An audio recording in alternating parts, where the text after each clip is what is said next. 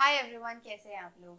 तो आज का हमारा जो टॉपिक रहेगा डिस्कशन का दैट इज एग्रीकल्चरल इनकम। ठीक है, अब एग्रीकल्चरल इनकम हमें पता है कि एग्जेम्प्ट होती है। अभी हम देखेंगे कि कैसे कौन कौन से सेक्शंस में लिखा है कि वो एग्जेम्प्ट होती है। बट क्या वो रियल में एग्जेम्प्ट होती है, क्या उसकी उसकी वजह से हमें कुछ एक्स्ट्रा टैक्स पे करने की जरूरत होती है या नहीं होती है। ठीक है, तो ये वाले सारे concept basically the taxability of agricultural income का जो पूरा कॉन्सेप्ट है वो हम आज देखेंगे। ठीक है, और इस कॉन्सेप्ट को हम बोलते क्या है, the taxability of agricultural income का जो पूरा कॉन्सेप्ट है इसको हम बोलते हैं partial integration of agricultural income with non agricultural income. ठीक है, इस कॉन्सेप्ट के तहत हम समझेंगे कि भाई एग्रीकल्चरल इनकम पे टैक्स लगता है या नहीं लगता है, या उसकी वजह से नॉन एग्रीकल्चरल इनकम पर टैक्स लगता है तो कैसे लगता है। ठीक है, ये सारे क्वेश्चन का हम आज की क्लास में हमारे पास इसका आंसर होगा क्लास के एंड तक। ठीक है, अब सबसे पहले तो देखते हैं कि एग्रीकल्चरल इनकम एग्जेम्प्ट है या नहीं। ठीक है, अब किसी भी लेमन से पूछा जाए तो उसे पता होगा कि अभी देखो एग्रीकल्चरल इनकम इंडिया में एग्जेम्प्ट होती है। इनकम टैक्स एक्ट 1961 जो था उसमें हमारे पास सेक्शन 10(1) था, जिसमें लिखा था कि भाई एग्रीकल्चरल इनकम जो है वो एग्जेम्प्ट होगी, वो हमारे कॉम्पिटिशन का पार्ट ही नहीं बनेगी। यही जब हम इनकम टैक्स एक्ट 2025 की बात करते हैं तो हमारे पास उसमें एक सेक्शन आता है सेक्शन 11। ठीक है, सेक्शन 11 एंड सेक्शन 11 में भी एग्रीकल्चरल इनकम नहीं लिखा है। सेक्शन 11 में बोला है कि भाई इन शेड्यूल्स में जाके देखो, शेड्यूल्स में जो जो भी इनकम लिखी है वो एग्जेम्प्ट होगी। तो इसके आगे हम एक देखते हैं शेड्यूल 2। ठीक है, इसके आगे हम देखते हैं हमारे पास एक शेड्यूल आता है शेड्यूल 2, जिसका सीरियल नंबर 1 देखो, ये जैसे शेड्यूल 2 है, आप अगर स्क्रीन पे देख सकते हैं तो दिस शेड्यूल 2 और इसका जो सीरियल नंबर 1 है इसमें आप देख सकते हैं एग्रीकल्चरल इनकम जो है उस पर कोई कंडीशन नहीं है, डायरेक्टली सीधा सीधा लिखा है कि भाई एग्रीकल्चरल इनकम जो है वो एग्जेम्प्ट होती है, इसमें कोई टैक्स नहीं लगता। ठीक है, तो अब सरकार ने तो बोल दिया कि देखो एग्रीकल्चरल इनकम पे टैक्स नहीं लगता, बट फिर हम ये क्यों बोलते हैं कि इनडायरेक्टली कुछ एग्रीकल्चरल इनकम पर टैक्स लग जाता है। ठीक है, तो ये जो कॉन्सेप्ट होता है ना, ये इनकम टैक्स एक्ट में कहीं नहीं लिखा होता। ये पार्शियल इंटीग्रेशन का जो कॉन्सेप्ट है ये कहाँ से आता है, ये हमारे पास फाइनेंस एक्ट से आता है। आप जब भी बजट देखेंगे तो बजट में जो फाइनेंस बिल, फाइनेंस एक्ट जो पास होता है उसमें ये पूरा कॉन्सेप्ट लिखा होता है पार्शियल इंटीग्रेशन का। ठीक है, तो ये आप जाके चेक कर सकते हैं। अभी फिलहाल हम ये कॉन्सेप्ट पढ़ते हैं कि भाई एग्रीकल्चरल इनकम पर जो हम बात करते हैं कि इनडायरेक्टली टैक्स लगता है वो कैसे लगता है। ठीक है, तो सबसे पहले तो देखते हैं कि इस कॉन्सेप्ट को पूरे को लाने की जरूरत ही क्या थी। ठीक है, पहले तो इसका वाई समझते हैं कि क्यों इस कॉन्सेप्ट को लाने की जरूरत पड़ी। तो दो लोगों को कंपेयर करते हैं सबसे पहले। लेट्स से एक है हमारे पास मिस्टर ए। ठीक है, एक है हमारे पास मिस्टर ए और एक है हमारे पास मिस्टर बी। ठीक है, इनके पास है सैलरी इनकम, इनके पास है सैलरी इनकम, और कितनी इनकम है, लेट्स से टोटल 8 लाख की इनकम है। और जो मिस्टर बी है इनके पास दो तरीके की इनकम है। इनके पास लेट्स से एक एग्रीकल्चरल इनकम है जिसके ऊपर कोई टैक्स नहीं लगता, जो कि एग्जेम्प्ट है। तो ये एग्रीकल्चरल इनकम है, लेट्स से इनके पास 4 लाख की। और जो नॉन एग्रीकल्चरल इनकम है, लेट्स से कोई इनकी पीजीबीपी की इनकम हुई या कोई सैलरी की इनकम हुई, तो ये नॉन एग्रीकल्चरल इनकम जो है वो भी इनके पास 4 लाख की है। तो टोटल हम देख रहे हैं कि दोनों लोगों के पास 8 लाख, दोनों लोगों के पास 8 लाख की टोटल इनकम है। ठीक है, मतलब जब दोनों घर पे जाते हैं तो दोनों की जेब में 8 लाख रुपए होते हैं। ठीक है, मतलब दोनों की पेइंग कैपेसिटी सेम है। बट यहाँ पे जब हम टैक्स देखते हैं, जब मिस्टर ए का हम टैक्स देखते हैं तो आप देखो कि मिस्टर ए, लेट्स से हम ओल्ड टैक्स रिजीम की बात करते हैं। ठीक है, तो mister A old tax regime के हिसाब से अगर टैक्स पे करते हैं तो शुरू के 2.5 लाख पे जीरो टैक्स, फिर 2.5 से 5 पे 5% का टैक्स। ठीक है, 2.5 से 5 लाख पे, ये इन लैक्स है फिगर। ठीक है, और फिर अगले 5 से 8 लाख पे 20% का टैक्स देते हैं। ठीक है, तो ये कितना टैक्स हो गया हमारे पास, 12,500, और ये हो गया हमारे पास 60,000। तो आप देखो एक बार को, ये 72,500 का टैक्स आ जाता है यहाँ पे। ठीक है, अब इस वाले कॉन्सेप्ट की बात करते हैं, इस वाले मिस्टर बी की अगर टैक्सेबिलिटी की बात करें तो हम देखेंगे यहाँ पे देखो, ये जो एग्रीकल्चरल इनकम है ये तो एग्जेम्प्ट है, ये तो एग्जेम्प्ट है, इस पे तो कोई टैक्स लगता नहीं है। और जो नॉन एग्रीकल्चरल इनकम है इस पे जब हम टैक्स लगाएंगे तो इस पे कैसे लगाएंगे, इस पे भी हम अगर ओल्ड टैक्स रिजीम में ही देखें तो 0 से 2.5 पे कोई टैक्स नहीं है, और अगले 2.5 से 4 पे, मतलब 1 लाख पे, ये इन लैक्स है फिगर। ठीक है, ये 1.5 लाख पे फिर हमारे पास 5% का टैक्स आ जाएगा, विच विल बी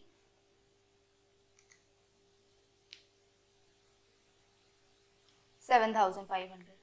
ठीक है, तो अब आप इसमें देख सकते हैं कि देखो इसमें कितना ज्यादा फर्क है। सिर्फ एग्रीकल्चरल इनकम हमारे पास होने से यहाँ पे हमारे पास इंटू 10 का फर्क आ रहा है। मतलब यहाँ पे हम मिस्टर बी जो है वो टैक्स पे कर रहे हैं सिर्फ 7,500, और जो मिस्टर ए है वो टैक्स पे कर रहे हैं 72,500।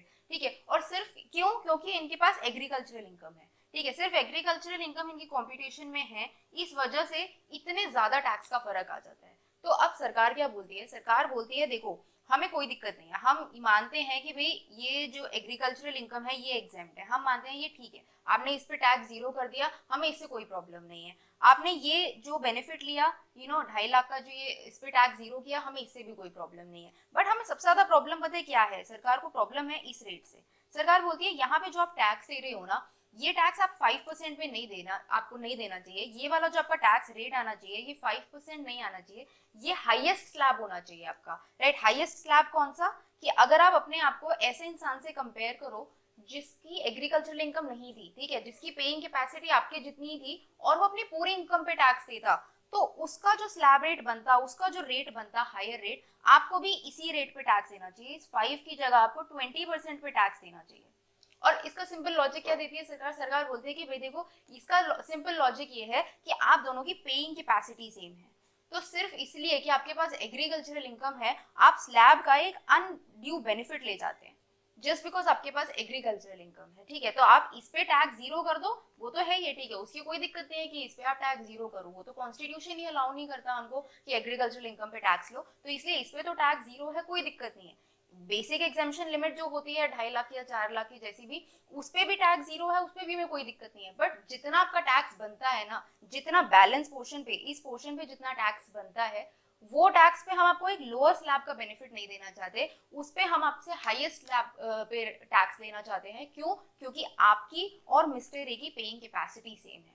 5% को 20% बनाने वाले कॉन्सेप्ट को हम बोलते हैं पार्शियल इंटीग्रेशन, और इसीलिए बोला जाता है कि एग्रीकल्चरल इनकम वैसे तो एग्जेम्प्ट है बट इनडायरेक्टली उस पर टैक्स लग जाता है। तो आप देखो इनडायरेक्टली जो है वो एग्रीकल्चरल इनकम पे टैक्स नहीं लग रहा है, एग्रीकल्चरल इनकम होने की वजह से नॉन एग्रीकल्चरल इनकम का टैक्स जो है वो जो नॉर्मल होना चाहिए वो बढ़ जाता है। और इसका हमने कॉन्सेप्ट भी समझा कि भाई क्यों, क्योंकि इट्स फेयर कि आपका और मिस्टर ए का जो पेइंग कैपेसिटी है वो सेम है, तो जितना आपका टैक्स रेट बनना चाहिए वो भी टैक्स रेट सेम होना चाहिए। तो अब इस पार्शियल इंटीग्रेशन के कॉन्सेप्ट को स्टेप वाइज समझते हैं और इसमें क्या क्या हमारे पास कंडीशंस होती हैं, कब ये प्रोसेस लगता है, वो भी हम एक बार देखते हैं, ठीक है। तो पहला तो हमारे पास इसमें पॉइंट आता है कि भाई देखो पार्शियल इंटीग्रेशन का कॉन्सेप्ट कब लगता है, ये सिर्फ उन लोगों पे लगता है जो कि स्लैब के बेसिस पे टैक्स रेट दे रहे हैं। स्लैब भी कैसे, जिनके मतलब बड़े बड़े स्लैब्स हैं, जैसे हमारे इंडिविजुअल के स्लैब्स होते हैं, तो न्यू टैक्स रिजीम में देखो, ओल्ड टैक्स रिजीम में देखो, तो जो भी स्लैब के बेसिस पे टैक्स दे रहे हैं ना, मतलब कि हमारे इंडिविजुअल हो गए, हमारे HUF हो गए, AOP BOIs हो गए, ठीक है, ये वाले जो लोग हैं जो स्लैब के बेसिस पे टैक्स दे रहे हैं, उन लोगों के ऊपर ये लगेगा, ठीक है। मतलब अगर आप देखो फर्म हो गया फ्लैट 30% पे टैक्स दे रहा है, या कंपनी हो गया, कंपनी पिछले साल के टर्नओवर के बेसिस पे टैक्स दे रहा है, उन लोगों पे ये एग्रीकल्चरल इनकम का ये जो पार्शियल इंटीग्रेशन का कॉन्सेप्ट है ये अप्लाई नहीं होता, ठीक है, ये इन्हीं लोगों पे अप्लाई होगा। दूसरी एक इसमें कंडीशन आती है कि भाई आपकी जो एग्रीकल्चरल इनकम है, that should be greater than 5,000 per annum. मतलब कि कुछ तो एग्रीकल्चरल इनकम भी हमें दिखनी चाहिए, हाँ कुछ सब्सटैंशियल एग्रीकल्चरल इनकम होनी चाहिए। 5,000 एक नॉमिनल लिमिट रखी गई कि भाई एटलीस्ट इससे ज्यादा की एग्रीकल्चरल इनकम होगी तभी हम ये पार्शियल इंटीग्रेशन का कॉन्सेप्ट लगाएंगे। फिर एक नेक्स्ट इसमें पॉइंट बोला गया कि भाई जो आपकी नॉन एग्रीकल्चरल इनकम है that should be greater than your basic exemption limit. मतलब बेसिक एग्जेम्पशन लिमिट क्या हुआ कि भाई अगर आप ओल्ड टैक्स रिजीम में हो तो आप 2.5 लाख का टैक्स 2.5 लाख की लिमिट हो जाएगी, न्यू टैक्स रिजीम में हो तो आपकी 4 लाख की लिमिट हो जाएगी, ठीक है। तो नॉन एग्रीकल्चरल इनकम जो है वो आपकी कितनी होनी चाहिए, आपकी बेसिक एग्जेम्पशन लिमिट से ज्यादा होनी चाहिए। और क्योंकि हमने कॉन्सेप्ट समझा तो हमें पता भी है कि भाई बेसिक एग्जेम्पशन लिमिट पे तो सरकार अलाउ ही कर रही है कि भाई इतने पे तो टैक्स जीरो ही बनता है आपका। नॉन एग्रीकल्चरल इनकम अगर बेसिक एग्जेम्पशन लिमिट तक की है तो उस पर तो टैक्स जीरो ही बनेगा, उस पर हमें टैक्स लेने में कोई इंटरेस्ट भी नहीं है। हमें इंटरेस्ट है आपकी बेसिक एग्जेम्पशन लिमिट के ऊपर का जो अमाउंट है ना, उस पे टैक्स रेट बढ़ाने में हमें इंटरेस्ट है, ठीक है। अब एक सबसे ज्यादा इंपॉर्टेंट इसमें जो ध्यान रखने वाली चीज होती है कि भाई ये जो पूरा कॉन्सेप्ट है पार्शियल इंटीग्रेशन का, ये सिर्फ रेट बढ़ाने के लिए है, ठीक है, सिर्फ आपका टैक्स बढ़ाने के लिए। आपकी इनकम जो है ना, वो आपकी टैक्सेबल इनकम रहेगी वो आज भी 4 लाख ही रहेगी, ठीक है। सिर्फ आपका टैक्स रेट बढ़ाने के लिए हम ये कॉन्सेप्ट यूज करते हैं और इसके अलावा इस पूरे प्रोसेस का कोई और यूज नहीं होता, ठीक है। अब फटाफट से इसके स्टेप्स देख लेते हैं। इसके स्टेप्स जो होते हैं ये पार्शियल इंटीग्रेशन के, इसके लिए हम स्टेप 1 में क्या करते हैं, हम ऐड करते हैं एग्रीकल्चरल इनकम और आपकी नॉन एग्रीकल्चरल इनकम, ठीक है, और हम इस पे टैक्स निकालते हैं। मतलब हमने क्या किया, हमने आपकी पूरी पेइंग कैपेसिटी, हमने पूरे 8 लाख पे, हमारे एग्जाम्पल में हमने 4 लाख प्लस 4 लाख, हमने टोटल आपकी एग्रीकल्चरल इनकम और नॉन एग्रीकल्चरल इनकम दोनों को ऐड किया, मतलब ऐड किया, इंटीग्रेट किया, ठीक है, ऐड किया, और पूरे अमाउंट पे जो आपकी टोटल पेइंग कैपेसिटी आई उसके ऊपर हमने टैक्स कैलकुलेट किया, ठीक है। तो ये टैक्स जो हमारा निकल के आया ये स्टेप 1 में आ जाएगा। स्टेप 2 जो हुआ, स्टेप 2 में हम क्या करते हैं, स्टेप 2 में हम ऐड करते हैं आपकी बेसिक एग्जेम्पशन लिमिट, ठीक है, जो कि आपकी 2.5 लाख या 4 लाख कुछ भी हो सकती है, बेसिक एग्जेम्पशन लिमिट प्लस आपकी एग्रीकल्चरल इनकम।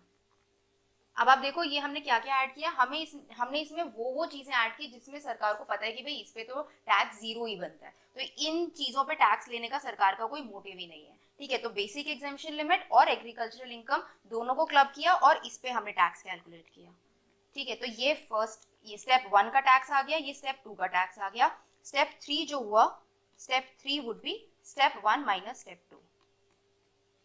तो आप देखो सरकार ने क्या किया, सबसे पहले आपकी पूरी इनकम पे टैक्स निकाला और उसके बाद जिस पे सरकार को टैक्स छोड़ना था वो वाला सारा टैक्स छोड़ दिया, मतलब देखो बेसिक एग्जेम्पशन लिमिट पे तो टैक्स जीरो ही लेना था, वो जीरो हो गया। उसके ऊपर जो एग्रीकल्चरल इनकम बनी होगी, ठीक है, जो 4 लाख की एग्रीकल्चरल इनकम बनी होगी, जो बेसिकली 1.5 लाख का 5% का जो छोटा वाला स्लैब वाला था, वो अमाउंट यहाँ पे कैलकुलेट हो जाएगा। अभी इसको हम अगर एग्जाम्पल की तरह समझे अपने कोई 8 लाख वाले एग्जाम्पल में, तो हम देखेंगे हमारा जो 8 लाख का अमाउंट आया, ठीक है, स्टेप 1 में हमने देखा, देखो पूरा स्टेप 1 में देखते हैं, अगर हम स्टेप 1 में देखें, हमने अपना एग्रीकल्चरल इनकम और नॉन एग्रीकल्चरल इनकम क्लब किया, ठीक है, तो हमारा टोटल आ गया ये 8 लाख का, राइट। हमने 4 लाख और 4 लाख क्लब किया और 8 लाख आ गया, ये इस पे हमने टैक्स निकाला था, हमारा टैक्स आ गया था 72,500 का, ठीक है, ये हम कैलकुलेट कर चुके हैं। देन स्टेप 2 हम देखेंगे, स्टेप 2 में क्या है हमारे पास, हमने ऐड किया बेसिक एग्जेम्पशन लिमिट, हमने 2.5 लाख रुपए ऐड किए और हमने अपनी एग्रीकल्चरल इनकम ऐड की,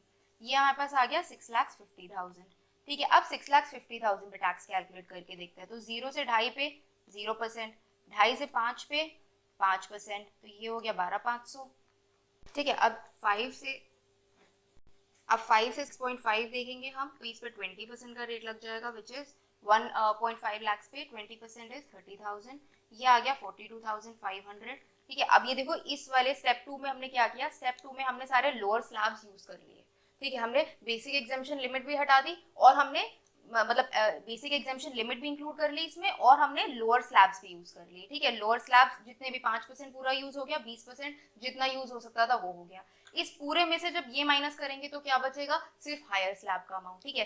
पूरे में से जब हम लोअर स्लैब्स का अमाउंट हटा देंगे तो सिर्फ हायर स्लैब्स का अमाउंट बचेगा ना, तो स्टेप 3 में हम एग्जैक्टली यही करेंगे।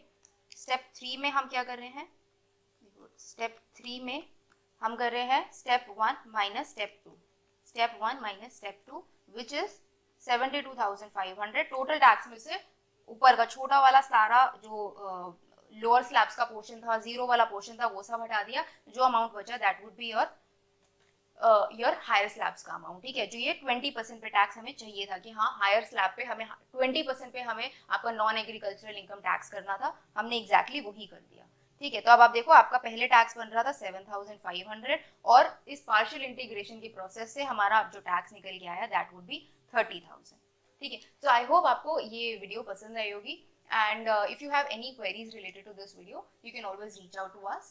Thank you so much.